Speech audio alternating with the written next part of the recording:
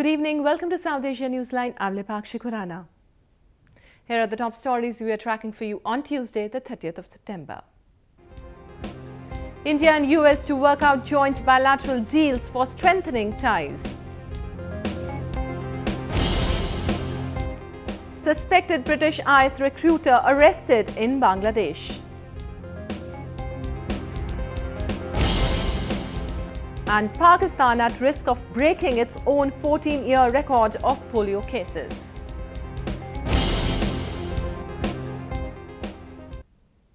And now for all the details, Indian Prime Minister Narendra Modi met US President Barack Obama over a dinner ahead of their bilateral meeting on Tuesday.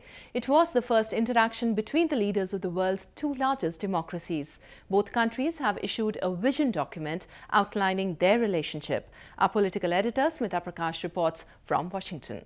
The visit in Washington, D.C. is all about establishing a political rapport with the American president. President Obama was in India a few years ago. He did not meet with Narendra Modi, who was then just chief minister of the Western Indian state of Gujarat. The conversation at the dinner table was more in the nature of getting to know each other. There were many similarities, official sources tell us, between President Obama's early years in the White House and what Prime Minister Modi is experiencing in New Delhi as Prime Minister. Both said that they used technology in their election campaigns. Both said that they were outsiders to the capital cities when they assumed power. Now, this was a 90-minute meeting and the two leaders tried to establish a personal rapport. At the dinner, there was Vice President Biden, Secretary of State Kerry, the NSA Susan Rice, the US Aid Chief Mr. Shah.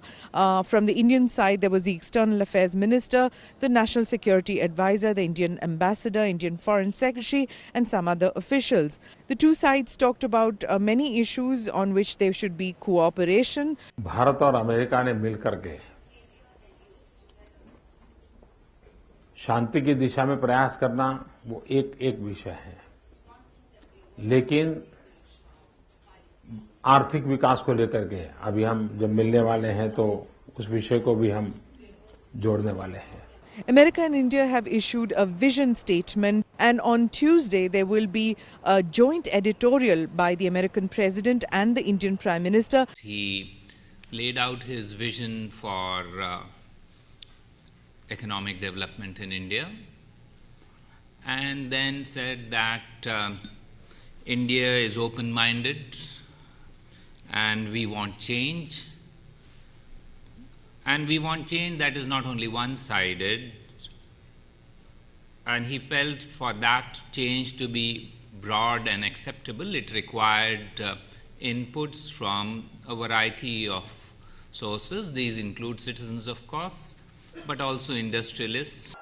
Now, this is the first time that an Indian leader and an American president have come out with a joint editorial, even though it's the first time that President Obama and Prime Minister Modi are meeting.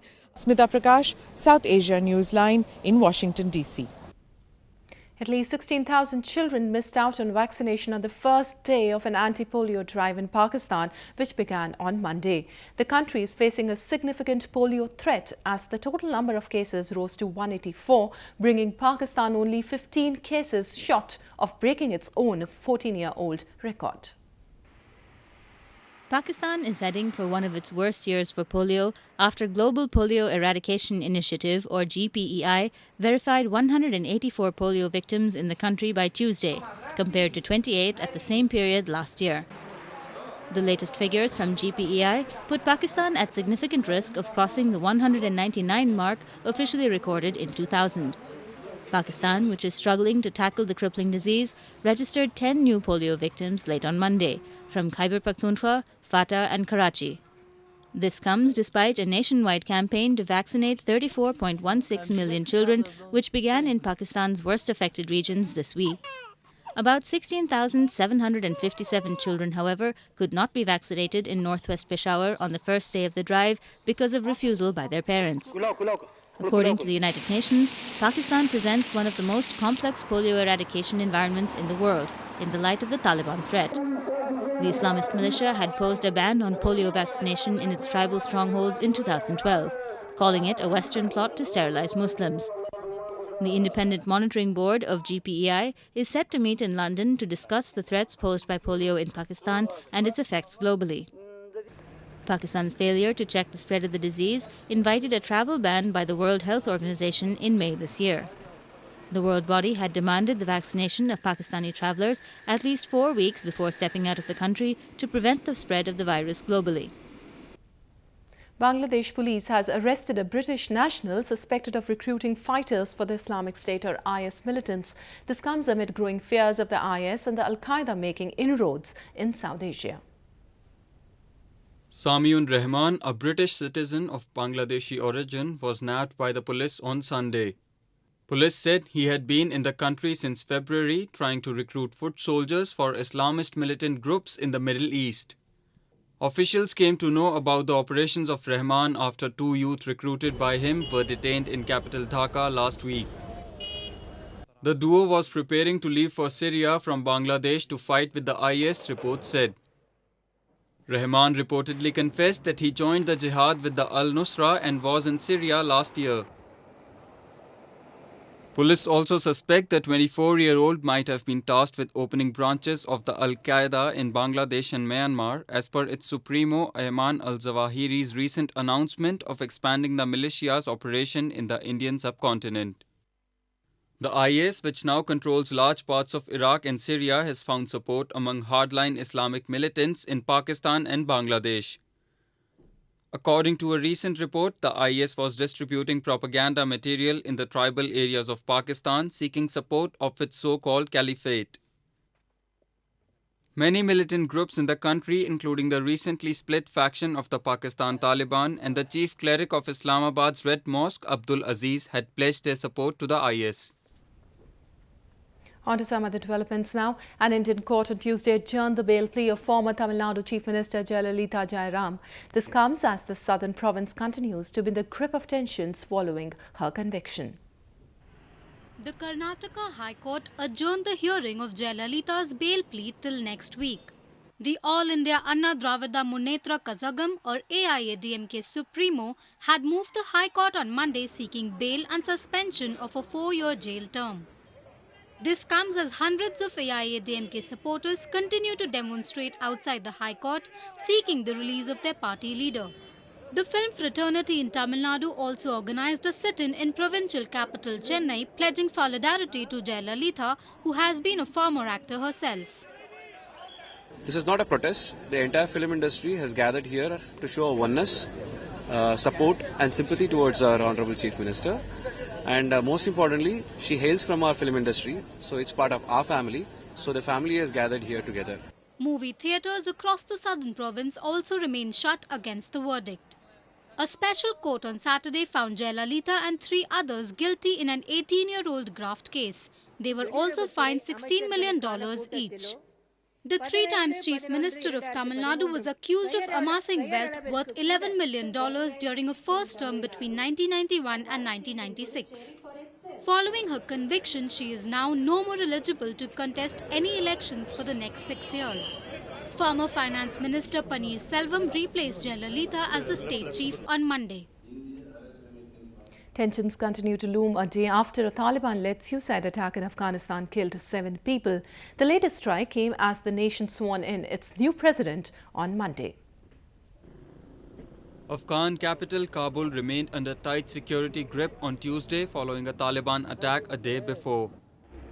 The blast took place in the vicinity of Kabul airport on Monday after a suicide bomber detonated his explosives close to a checkpoint. The strike also left over a dozen others injured. The latest Taliban violence took place simultaneously with the ceremonial inauguration of Ashraf Ghani in Kabul, who succeeded former country head Hamid Karzai as Afghanistan's 13th president on Monday. This comes as the country has been witnessing a surge in Taliban attacks ever since the militia launched its spring-summer offensive against the security forces and NATO-led troops to disrupt the peace transfer of power. Analysts say tackling the Taliban is the biggest challenge for the new government. متوجه انتخابات شدن، بخشای امنیتی به فراموشی سپرده شد. طالبان بیشتر تجهیز شدن، نیروی بیشتری به دست آوردن. این از مشکلاتی است که رئیس جمهور جدید باید در آغازین روزهای کاری خود باید به او بپردازد. The power-sharing deal of a unity government also gave way to the newly created position of Chief Executive Officer to rival Abdullah, who will enjoy powers similar to the Prime Minister. As the two prepare to share control over leading key institutions, security remains one of the main issues in Afghanistan. نظر داشت واقعیت‌های موجود افغانستان که متاسفانه افغانستان از نظر امنیتی دچار مشکلات است و تهدیدات امنیتی برای مردم افغانستان وجود دارد. تشکیل حکومت وحدت ملی که مجموعی از طیف‌های سیاسی افغانستان مخصوصاً دو ستاد بزرگی که در کمپاین انتخاباتی میان مردم جایگاه زیاد داشتن میتونه برای آینده و به ثبات افغانستان کمک بکنه.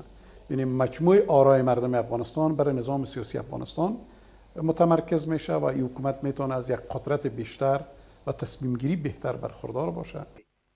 Amid the growing Taliban threat, the new president has agreed to sign a crucial security agreement allowing the US to leave a small contingent of NATO troops in the country beyond this year. The Indian Reserve Bank, in its fourth bi-monthly monetary policy review on Tuesday, kept key repo rates unchanged at 8%, largely abiding by the expectations. Reserve Bank Governor Raghuram Rajan left all major interest rates untouched under the liquidity adjustment facility, despite clamours from the industry to cut rates to boost economy. Explaining the rationale for status quo policy, Rajan said that though the wholesale price index inflation has ebbed to levels consistent with 8% by January 2015, there were risks from food price shocks as the full effects of the monsoon's passage unfold and from geopolitical developments that could materialize rapidly. This is the fourth consecutive time that the RBI has kept the rates as it is. The latest policy review also comes days after Standard & Poor upgraded India's credit outlook to stable from negative. With the first season of the Indian Super League or ISL soccer tournament right around the corner, teams are on the last leg of preparations for the big game. Take a look at how they are gearing up.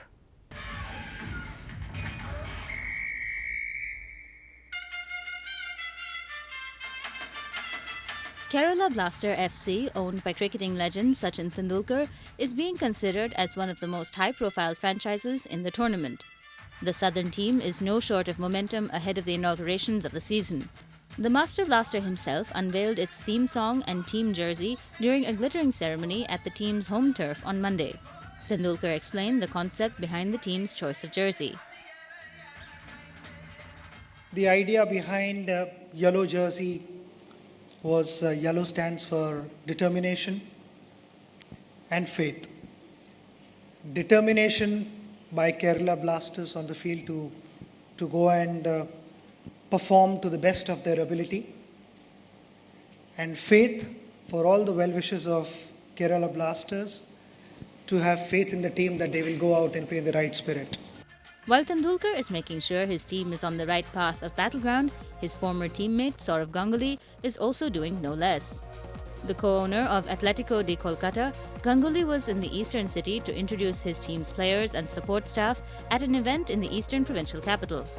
Ganguly said he was all excited about the league. We're really looking forward to the next 2 months because, as I said, it's something which we don't know where it's going to finish.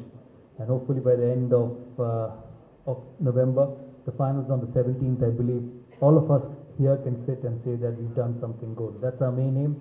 Main aim is to see that football gets better. The ISL, aimed at popularizing soccer in India, has its backing from some of the top names from the fields of business, sports and Bollywood. The tournament will kick off on October 12th at Kolkata's Salt Lake Stadium with the home team squaring against Mumbai FC.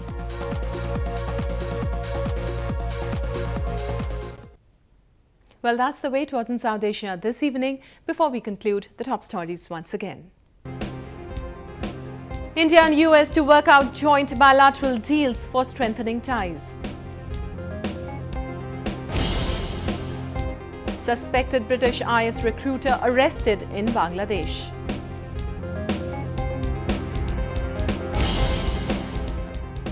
And Pakistan at risk of breaking its own 14-year record of polio cases. That's all in tonight's edition. We'll see you same time tomorrow. Good night.